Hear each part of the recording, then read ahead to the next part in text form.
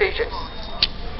However, to test this model, we made mutations that were specifically defective in this self-assembly reaction and assembly-stimulated activity. This work by Sonia Sever in my lab. And unfortunately, when we put these mutants in vivo to look at their phenotypes, we got exactly the opposite phenotype that our model would have predicted.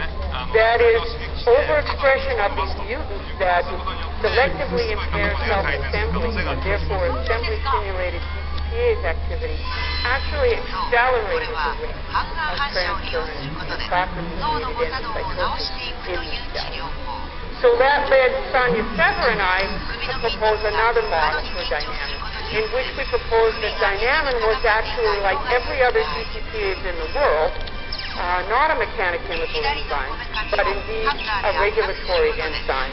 In this model, we suggested that dynamin must, in GTP-bound form, interact with effector molecules that control the rate-limiting steps of vesicle formation, so that if we make mutations that are impaired in self-assembly and therefore in the gap activity, we would prolong the interaction of dynamin with these effector molecules, accelerate the rate-limiting steps of vesicle formation, and that self-assembly and GTP hydrolysis, which activated the gap, in a sense, would, like other GTPases, serve to negatively regulate activity and turn off the molecules for the site.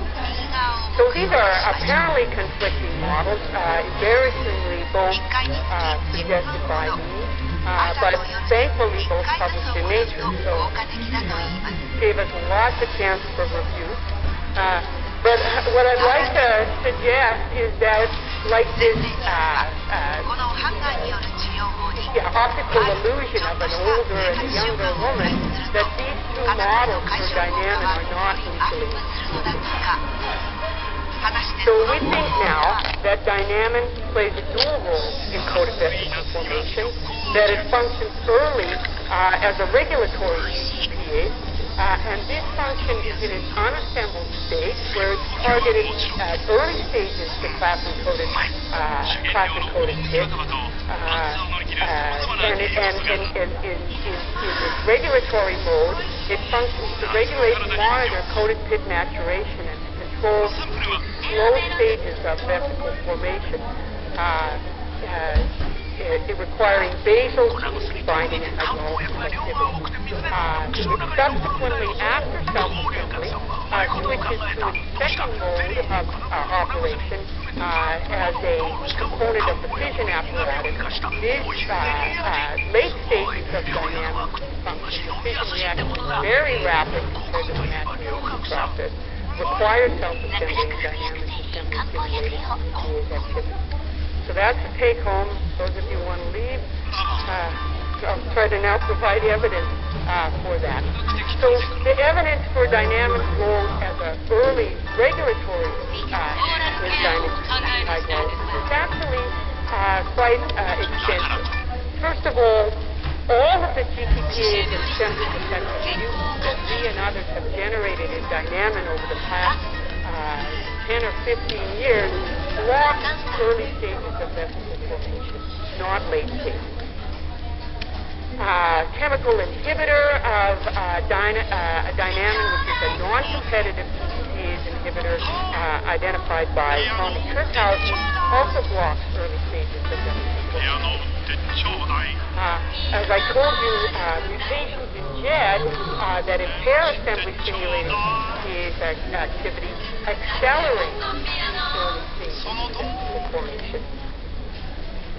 Second class of mutations in GED that were identified by a Drosophila genetic as suppressors of the Shabiri phenotype, so-called sushi-mutants, suppressors of Shabiri. These mutations in GED rescue second site mutations in the GTPase domain, which shows that the GED activity negatively regulates dynamic function. We'll come back to these mutants a little bit later on in the talk. And finally, recent studies in our group, which I'll show you the data from, show that dynamin's basal GTPase activity controls the turnover of aborted coded pit information. So this work that I'll take a moment to tell you about is work by Marcel Metlin, a postdoc in my lab, in collaboration with Tina Locher, a postdoc with Gowden Danuser, who was then at Scripps, and Gowden has since moved off to Harvard Heaven.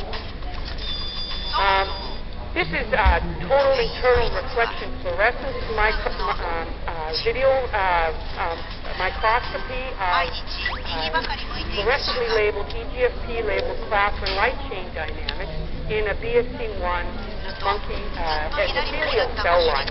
And what you're looking at here is with the TURP, we can illuminate only the bottom 100 nanometers of the cell, and we don't illuminate any of the fluorophores deeper in the cytosol. So in this way, we can monitor events right at the cell surface. It's ideally suited for monitoring class-mediated endocytosis and other events at the cell surface. Claire Waterman helped us set this up when she was at Scripps. Now at NIH. Anyway, what you're seeing here are coated pits that form and pinch off from the cell surface. And as you look at these movies, I was struck by the heterogeneity of events. There are ones that come and go very quickly. There are ones that hang along a little longer. There are very bright, intense objects, and there are dimmer objects. And so when I looked at this movie as a biochemist, I was a little disturbed, in a sense, by this heterogeneity, because as a biochemist, by analogy, we tend to take a mixture of components, a mixture of cells, a mixture of events at the plasma membrane, and put them together into one blender and end up with something akin to a tropical fruit smoothie. Well, in fact, so I, in a sense, as a biochemist, have been studying tropical fruits. And can they not even reach such an entity as tropical fruit? We study as biochemists the average of events. And in that averaging of all events, we may or may not lose sight of reality. And so our goal with this new assay was to capture and quantify the heterogeneity of events, and then to define the functional rules and molecular basis of this heterogeneity, and most importantly, to exploit it as a source of new mechanistic insight. So in order to do this, we needed a fully automated, unbiased way to track all of these events and to establish a complete inventory of trajectories by term. And hence, we collaborated with Gowden Danuser, Dina Locher, and Halut Jacquemin from their lab, who had to deal with this problem of tracking coated pits. The problem is their density, their heterogeneity, and the low intensity of the object, and also the fact that they might temporarily disappear because of unevenness in the cell or the first image. And if you systematically lose sight of something and then gain it again, and you don't fill in those gaps, then everything's going to look like it's short-lived. Right? And so the mathematics for this problem comes from astronomy, where astronomers will look up in the sky during the night and see all these stars of different brightness and heterogeneity and twinkling, and then have to go away for the day and come back the next night and figure out which star is which. Right? So there is mathematics to do this, and it needed to be modified, but Halut Jacquemin and Gowden and Dina did this in a way that allows them to spatially and temporally globally optimize and track all of these images, including this all-important method of gap closing.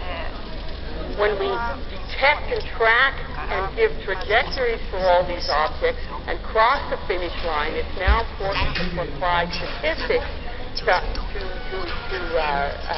interpret what this heterogeneity is telling us, and that was done with Bayesian information criteria. So what you see here is the analysis, statistical analysis, I don't have the N here, of